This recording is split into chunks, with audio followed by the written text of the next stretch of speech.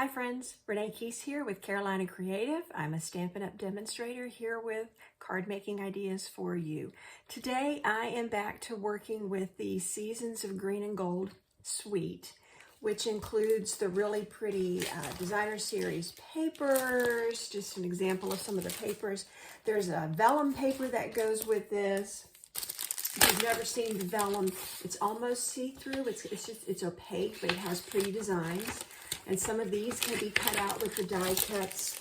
There are stamps and dies that go with this as well. So it is a full suite. There's a lot you can do with this.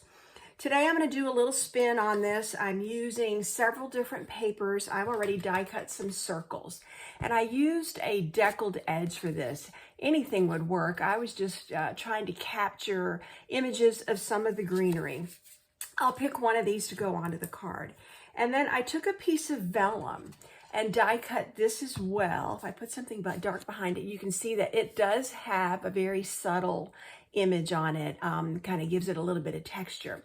But I used Spotlight on Nature, and this gave it all these little cutouts on the edge. There's a whole collection of really fun dies that go with this that give you different types of edges on circles. So I picked one of those.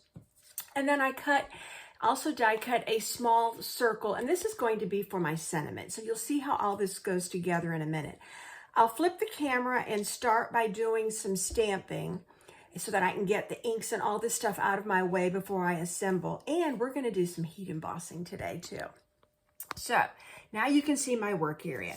First thing I'm going to do is go ahead and stamp the inside of my card. And I've got Old Olive ink here.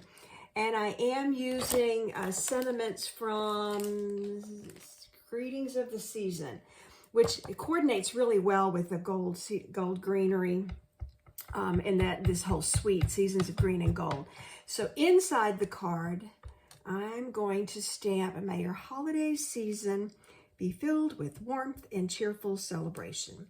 I just think this is a lovely sentiment, good for absolutely anyone. And then I've got one of my stamps here. I'm just going to add a little bit of a pine bough. And I'm going to do a little bit on this side and then put a little bit over on this side. And I knew I'd get it on there. So let me just quickly wipe that up before I smear it on something else. I should have put a piece of paper down.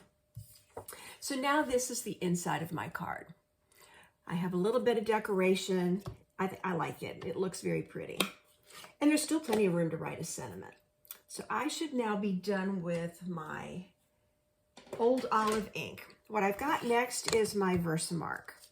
And if you've never done embossing, you need to check it out because it's really fun. The heat embossing is a lot of fun.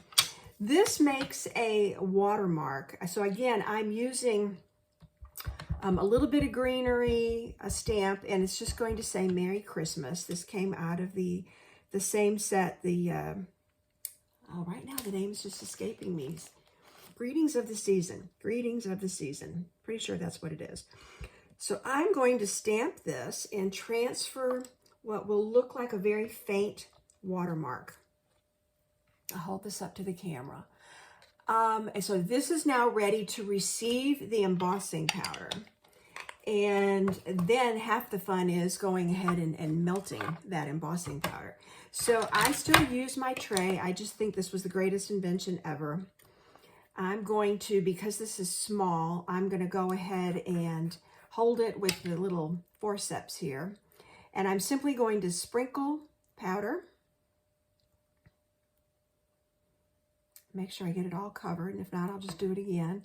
Tap, tap, tap. Make sure I've got it. Yep, it looked pretty good. I did not intend to do that. Now I see there's a funny line right here. I meant to use my embossing buddy, which was sitting right here, and I still didn't use it, to go over this before I did the powder.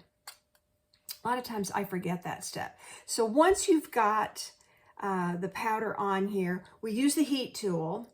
It's too noisy, so I'm not going to do that. And then by magic, what happens is you watch it go from dull to shiny as it melts and adheres to the card. I'm going to set this aside. This is what it looks like when it's done. So now it's a slightly raised surface. You can feel it on the texture. But you can put light colors onto dark backgrounds. There's just so many things you can do with embossing that are really cool. So let me talk about how I'm going to assemble here. I picked, because it's supposed to be green and gold, I picked winter wheat for my background. I felt like I was doing so many Christmas cards in green. I wanted something different. And then this is the old olive again. And I went and looked through some of my old embossing folders and found one of these, evergreen trees. Over the years, Stampin' Up! Has had a lot of different tree type backgrounds. And I just think this makes a really nice wintry look for the season. So this is going to be my background. And really, it's just going to provide some texture to the card, just an added benefit, I guess. So now what I'm going to do is I'm going to layer 3 circles on here. I think I'm going to pick this. I love this because it has 4 different colors of green.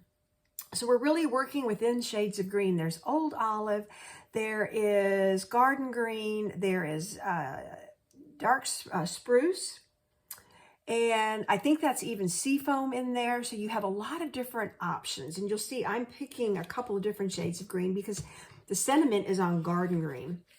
So I'm going to do 2 things. I meant to show you this too. My die slipped as I was running it through. You see how I missed the edge here? And a lot of times I throw these out, but I thought I'm going to layer these and have these stacked. So there's no need for me to toss this. I'm just going to make sure it gets tucked under something like this. It gets tucked under where I'm going to put my sentiment. So as I put this together, I'm then going to tuck another piece of vellum with this pine bough coming down this way. Yep. And then I've got a bow. So here's garden green, 4 shades of green, old olive. It's a real mix. This has a couple shades of green too. So I'm just going to start assembling this from the inside out. I'm going to go ahead and put my insert panel in first. And then I can close the card and work on the front. So that is for the inside.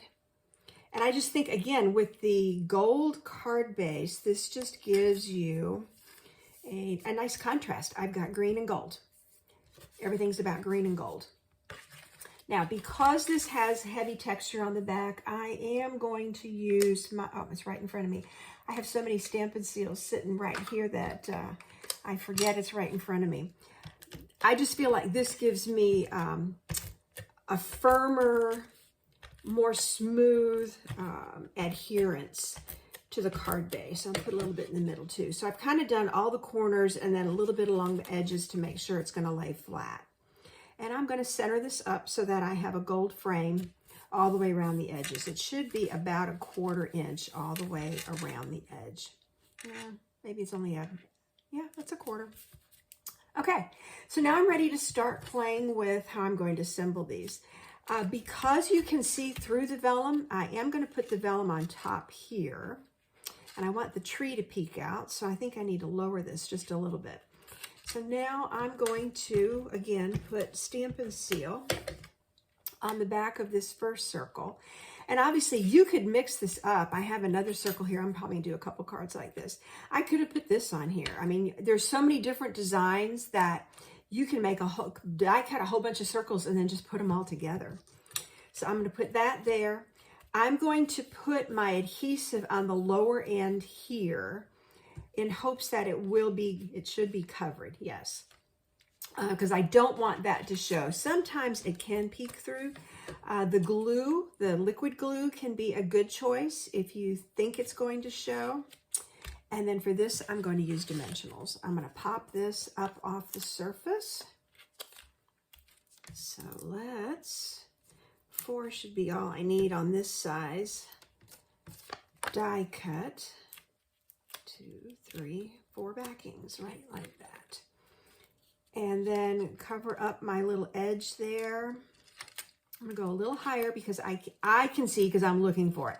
I could see where that piece of adhesive was. It was very subtle. So now I'm going to put, again, I just did it on the upper end here, instead of all the way down. And if it's loose when I get done, I can tack it down a little bit more. Ooh, I like that. It's going to overhang. And what I may do is put, because there's design, I think I can do that. I'll just put a little piece on the end there and make sure that this is down flat. And then I need a glue dot or two for my bow. Transfer it onto there. Picked up very easily this time. Sometimes they don't want to come off that backing. And I think I'm going to put the bow up here too, just above my sentiment, so it goes that way. Yeah, I think that's a card.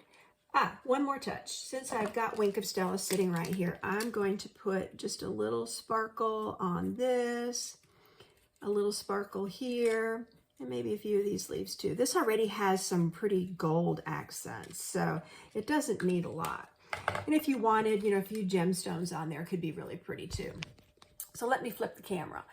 So this is the card. I just selected 3 circles, different sizes, different colors and textures, just to give it a real variety. I did put embossing on this green layer to give it a little bit of interest, and it just feels really cool when you pick up the card. Used another die cut piece. So the only thing I stamped were stamped and embossed here and then stamped inside the card. So pretty simple. You saw how it went together pretty quickly, even though I did a little bit of pre-cutting. I could cut 2-3 circles in one run through the Stamp and Emboss, cut and emboss machine. So this goes together pretty quickly. If you like the ideas, the projects, and the products you're seeing here, you can find me at Carolina Creative or hashtag Carolina Creative. I am on the Stampin' Up! Network. It's Renee Keese at StampinUp.net. Thanks for joining me today. Stay tuned for the next video.